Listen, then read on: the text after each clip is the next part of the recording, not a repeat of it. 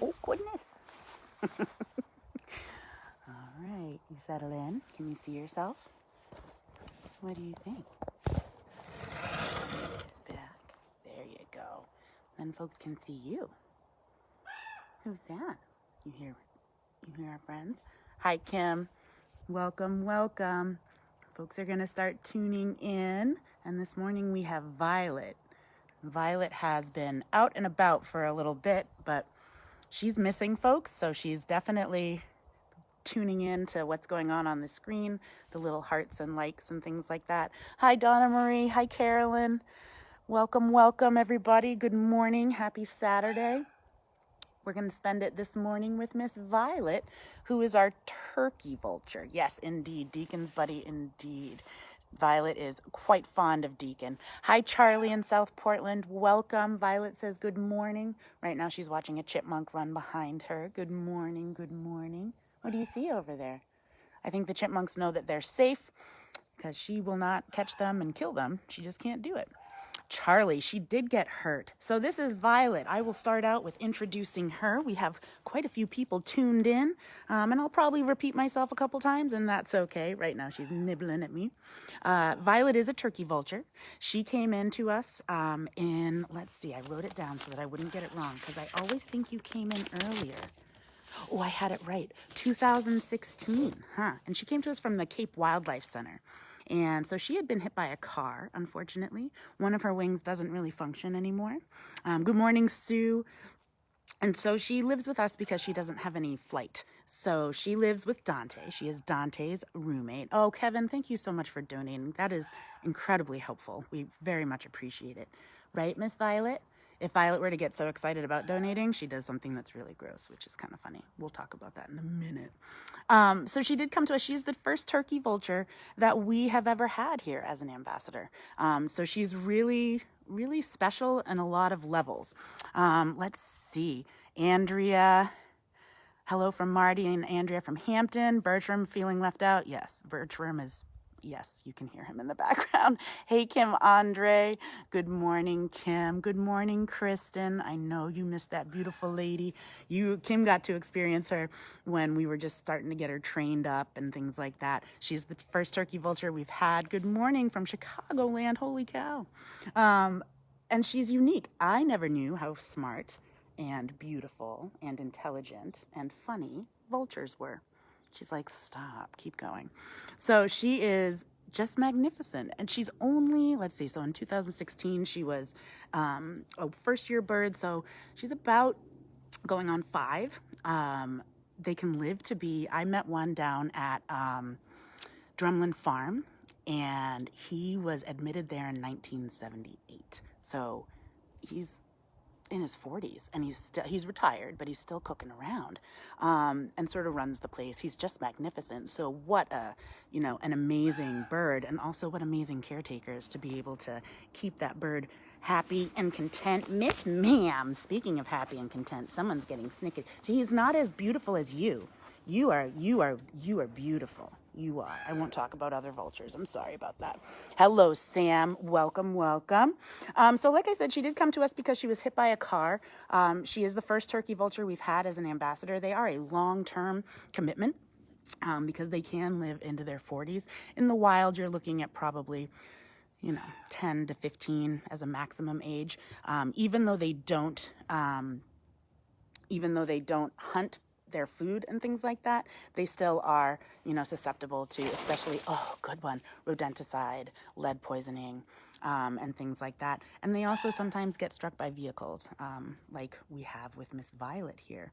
Most people have never seen a vulture up close. So you see them, and they're way, way up in the high. You see that, high in the sky. You see that kind of tippy dihedral wing. They sort of wobble back and forth.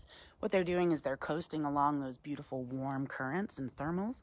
I've read somewhere that they can travel like 200 miles in a day, and that airline pilots have actually seen them up in the sky at like ungodly tens of thousands of feet, and they're just soaring, which I would imagine is phenomenal.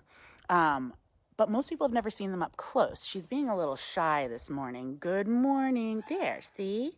Morning, Zoe. Most people, can I move it this way? Are you going to try to eat my hand? Maybe. Who's that? Okay, okay. Look at that. She is deceptively light, Jessica. Good question. She says she's quite large, but is she deceptively light? So she has a 6-foot wingspan. She's a big girl, big bird. But remember that birds have hollow bones. So she weighs, she's a little on the chunky side. So she actually weighs around 5 pounds. Usually they're between 4 to 5 pounds. But because she doesn't fly and burn off that, I think that her weight is different. So, but she definitely, naughty, she definitely is deceptively large for her weight. And it's one of the reasons that they're so buoyant on the thermals and things like that. They have those beautiful wings. Are you frustrated because it's breakfast time and you're not getting breakfast yet? It's okay. And they're those light bodies, and they will just soar, those thermals all over the place. Hey, Maine Beer Company. Good morning, Lexi. Good morning, Caitlin. Let's see. I just want to make sure I welcome everyone. Anne does miss you. Anne from Maine Beer Company got Violet a very fancy mirror so that she can admire herself, and Violet loves it. Actually, Dante the Crow, are you going to attack that? Oh, that's fine. Has been admiring himself in it lately too, which is pretty funny. So what you're seeing is classic vulture. They explore everything with their mouth. So if I were to, for instance, give her this paper or anything like that, immediately, yep, we're going to shred it. Yep, I got it. You so crazy. She's also a little cranky because she hasn't had breakfast quite yet. So we have folks, Michael, she is a beauty, and Zoe wants to know what we feed her. So it's interesting, most people will say, oh great, you can just pick up roadkill and do everything like that, and you can feed them that way because that's what they would be eating out in the wild. Unfortunately, what we've discovered, oh no, naughty, that was too high, come on now, is that it's safer to feed her the mice and things that we get for our other patients. Because out in the wild, unfortunately, we see elevated levels of lead, elevated levels of rodenticide. Just because an animal was hit by a car doesn't mean that that's what is necessarily wrong. There could be other things going on there. So it's really safest not to feed her anything that we've sort of wild harvested, I guess you could say, which is a shame. That says a lot about our environment and things like that. What are you doing? So we do feed her mice and rats. Occasionally she'll get chicken quail just to mix it up. Sometimes if we get fish heads or things like that, just to give her some enrichment, she enjoys those. We also will feed her guinea pigs, rabbits, rats, and things like that we can get them from there. I know, Violet, we all get a little hangry when we don't have our, what are you doing over there? Get out of here. When we don't have our breakfast. I know, but I'm not feeding you yet. And people want to learn about you because you're amazing, right? So most people, so much sass. I love it. Good morning, Dan. Good morning, Linda. Michael, thank you so much for donating. We really appreciate that. So most people, when they read or meet her, the first thing they say is, wow, I never realized how beautiful vultures are. And it's not something that you would normally think, right? However, they're gorgeous, in my opinion. Denise says, glad to see Violet again. We met her one day. Oh, wonderful. That's great. Violet is a crowd pleaser. She's going to start preening now, making sure that she's ready for the camera. Usually she poses for the camera, but right now she's a little cranky. Oh my goodness, look at you go. Okay, we're all a little sassy and on edge these days. You can't pull my sweatshirt, and that's why I wear my sweatshirt. Because you always do that. Even with the longer glove, you pull it down. So she's not trying to be, whoop, where you going? Where you go? Yeah, let's hop back up. Where you go? Yeah. You leaving? We can't leave quite yet. That's okay. All set? She says, well, I don't know. Do you want to walk around? Maybe you don't like sitting. We can walk. Sometimes she gets a little bored, and so we work with her, right? We can walk. Let's go this way. You want to go? Yeah, we'll look around. So again, this will actually let you guys see up close. Hi. Who's that pretty lady in there? Lexi wants to know if they travel far. They can. They can travel over 200 miles. And they sort of just float around, and some of them will migrate a little bit. Here we go, Miss Thing. Is that better? You just wanted to be moving. I understand. Good job. Those wings could do some damage, Katie. A little bit. we would probably damage them more than they could damage us. She was just trying to get situated and move around. And so sometimes we have to take our cues from them. Who knows? Maybe there was something in the woods that I didn't see. Maybe she smells something that I don't know. So we try to take our cues from the ambassadors, and I can easily walk around with her and adjust to what she needs. Right, my friend? Yeah, we're good. What a good girl you are. Can you show them your wings? Oh, we're not doing wings today. There's no sun, so I don't blame you. So you see that beautiful nares on her, that hole in her beak? So these guys don't hunt by sight. I mean, they have very good eyesight and they can hunt by sight. They'll see dead animals on the ground. They only eat carrion or dead animals. But what they mainly hunt with is their sense of smell. And so that beautiful nares, their olfactory system is incredible and one of the best of all the animals in the area. And even in vulture species, the turkey vulture's olfactory lobe in their brain is over a quarter size larger than in other vultures, which is pretty amazing and fascinating. And then we also have that beautiful bald head, which, believe it or not, I got to get you in there because you are gorgeous, honey. There you go. All right, are we going to relax again? We just needed to move around. That's okay, I get it. Yeah, we can do that. One of the things that they do is they call it a cue ball. So for instance, when you go to wash your hands, you roll up your sleeves so that you don't get your hands wet when you get in the water. When these guys eat, they have to stick their heads into the cavity of whatever they're eating.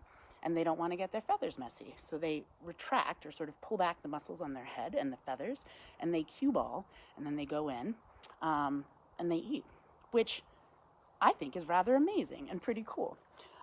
So the other really amazing thing about them, I mentioned their sense of smell, which is interesting because they have to be around carrion that they're eating, right? So most people think of like gross, disgusting, dead carrion, ew, yuck.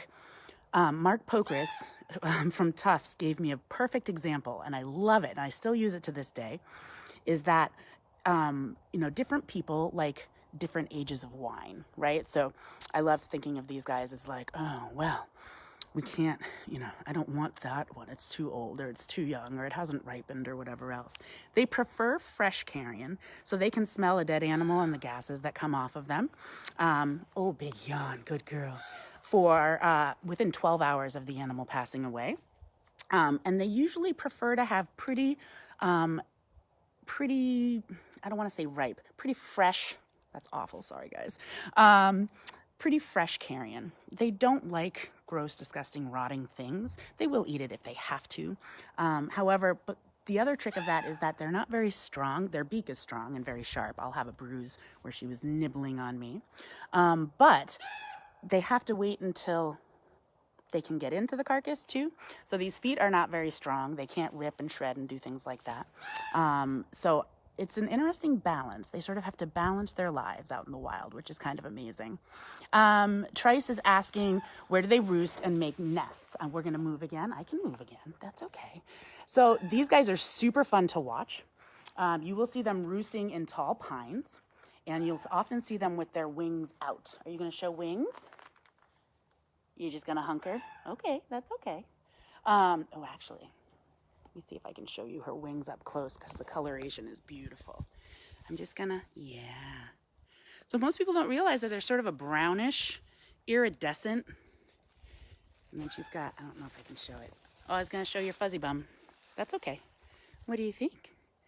And again, around the face, she has that beautiful kind of fuzzy feathers. Right? You're just so beautiful. Right. I just love you. So what's funny is that when they're little and they're babies, if you do find them in a nest, which is very, very rare, these guys don't build nests. They're not up in trees. They actually will go into burrows or cavities and that sort of thing. If you have a big rocky outcropping, similar to where porcupines might be found, you may have a vulture nest in there, like large boulders or glacial erratics or things like that folks have. Sometimes you'll find baby vultures in there, or you can hear or smell the nest. They don't build a nest. There's eggs on the ground, a couple babies here and there. And the babies are white and they look like Muppets. Like they're the most ridiculous, crazy babies. I've ever seen in my entire life, and they're amazing. These guys do not make noise, so you won't, well, I shouldn't say that they don't make noise. They don't make a call. So if you guys tune in to learn, Lead with Nature, Dan Gardoki is doing some calls, like quick calls, learn a bird. And he's wonderful to learn from because he makes it fun and like it sticks in your brain and it's awesome. But these guys don't make a call. And you'll hear them actually hiss and growl and things like that. So but that's about it. And they don't have a syrinx, so they can't make a noise. So they're not singing like our songbirds and things like that, which is kind of amazing. They're just sort of, I think you're amazing all around, don't I? I know the little birds are flying around. Is that what's bothering you? What's up? I can move. Let's adjust. Let's see. Oh, Heather, you have a huge flock. I love it. Peter, oh, thank you so much. We appreciate it. And Don, nice to see you guys. Huh? I'm going to move you this way. So you can see her feathers on her tail are a little bit ratty. Again, she doesn't fly. So she's going to be dragging those around and then she'll molt and you're going to look just amazing. I really wish I could put the camera right here. I don't know if I can get them to see your eyelashes. Let's see. If anyone is up, hi Ryan, if anyone is up sort of near the top of a mountain or a hill, in my town we have a hill and you kind of drive down through the town from it. Oh my goodness. And they were absolutely playing in the wind the other day. There we go. Can we see those eyelashes? Look at you. See, you're gorgeous. Do you like seeing yourself? This is why Anne from Maine Beer Company got her the mirror. Yeah, did you just want to see yourself? You're going to flap your wings? Okay. She's so fun. Usually she rests a wing, somewhere. Oh, she's watching Karen feed. Let's see. You have tons of them in your yard. That's so awesome. And you love watching them float. They really do look like they float, like a kite almost. And that's what they're doing. They're floating on those beautiful warm breezes and thermals. And I mean, it's a brilliant, brilliant way to get around. Are you watching Karen? Are you hoping that she has your breakfast? I asked her to leave it for me. She's like, I don't want to talk about it. Yeah, and the nose and the nostrils are absolutely crazy. Denise, do they mate for life? They do. And I actually read something about black vultures that I thought was really interesting. She is a turkey vulture, not a black vulture. Black vultures have black heads and are a little bit smaller. A couple differences here and there. A little bit more aggressive. Huh, I know, Miss Sassykins. But one of the things, what are you doing? There you go. That I read is that, what are you doing? The black vultures, so they'll mate, and they're very social. They have a social group that they hang out with. And if one of the mates is seen or observed cheating, if you will, on the other mate, the rest of the flock will come in, or what are they called? Awake. And be like, no, you can't do that. And it's not out of any sort of morals or anything like that, I don't believe. It might be. I don't know, because I'm not a vulture. But both parents raise the babies.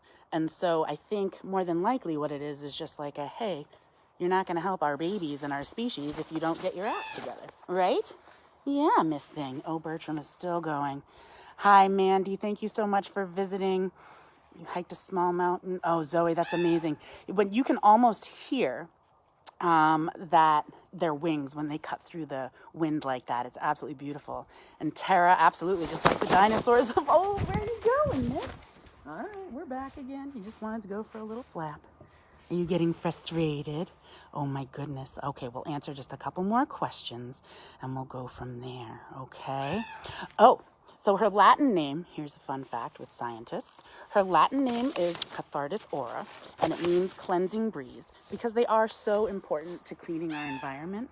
They're not just nature's sort of garbage disposals. Big poop. There we go. Is that just it? We just need to get that out. They're sort of like a hazmat team.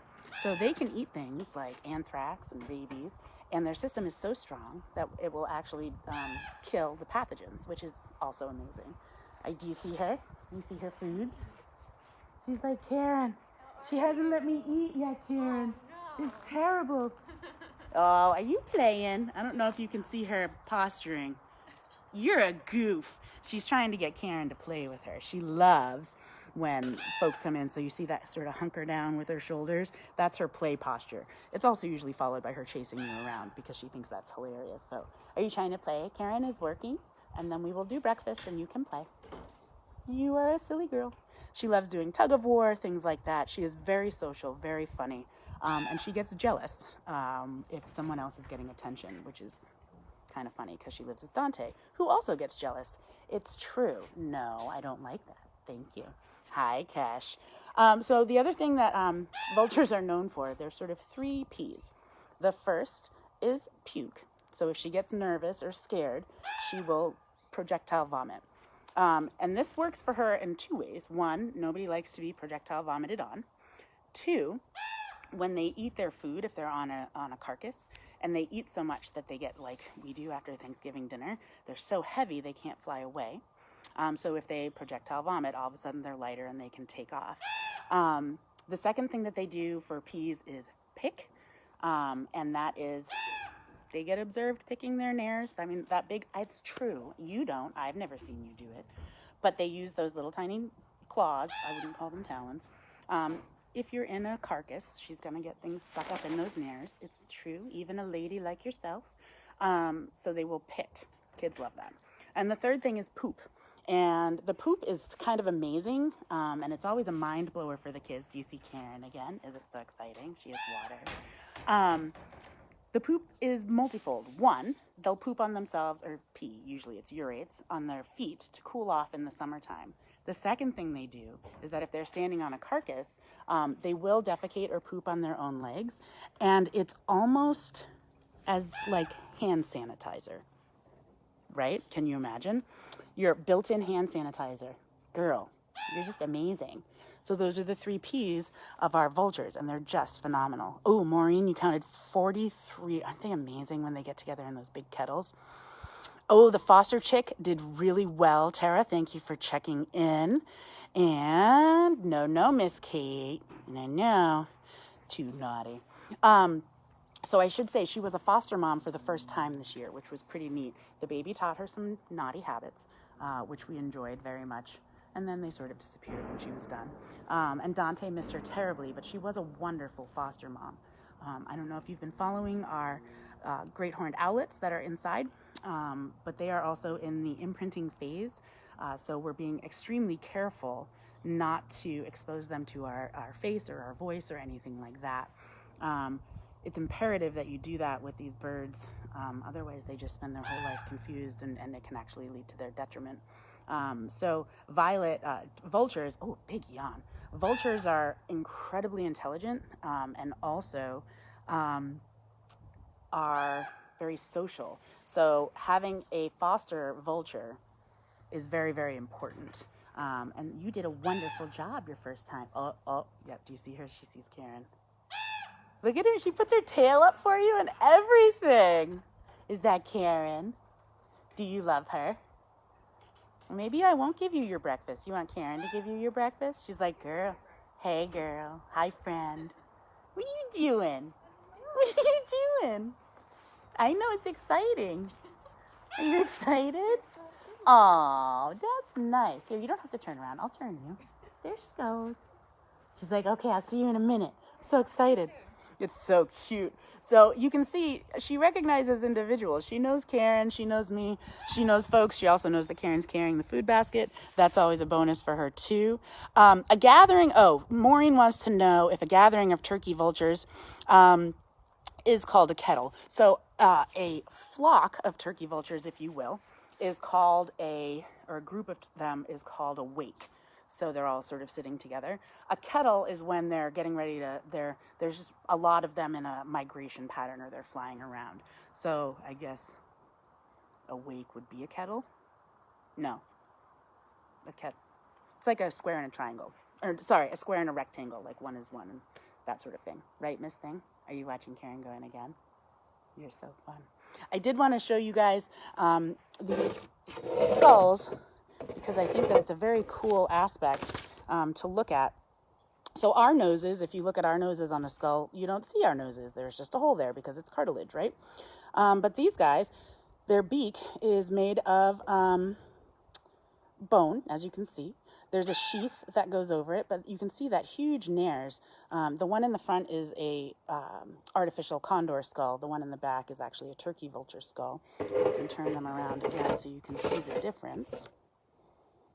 like that. But as you can see, I mean, that's a substantial setup. And if you look at the olfactory system, it's pretty amazing. Huh? Are you ready? Now we're settling down? Bertram is not. I have to give him his breakfast. But you want Karen to give you yours? Can you say thank you to everyone for tuning in? Oh, and you hear Scarlett over there? All right. All right, my friends, we are going to pop on out of here. Thank you so much to all those folks that were able to donate, and we appreciate it very, very much. We're glad that you tuned in with us on this Saturday. And I know, Bertram, I'm coming for breakfast. Hold on. And we look forward to seeing you tomorrow for a morning meeting. Oh, that's a nice Rouse. She says, I got to go eat breakfast. Bye, guys. Have a great day.